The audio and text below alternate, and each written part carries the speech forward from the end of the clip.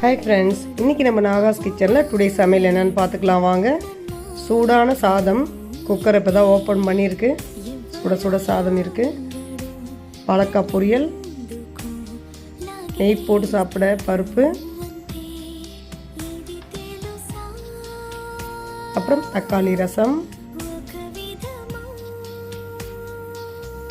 இன்றைக்கி அவசரமாக சமைச்சு சாமி கும்பிட்றதுனால ஒழுங்காக அடிக்கல எடுக்கலை.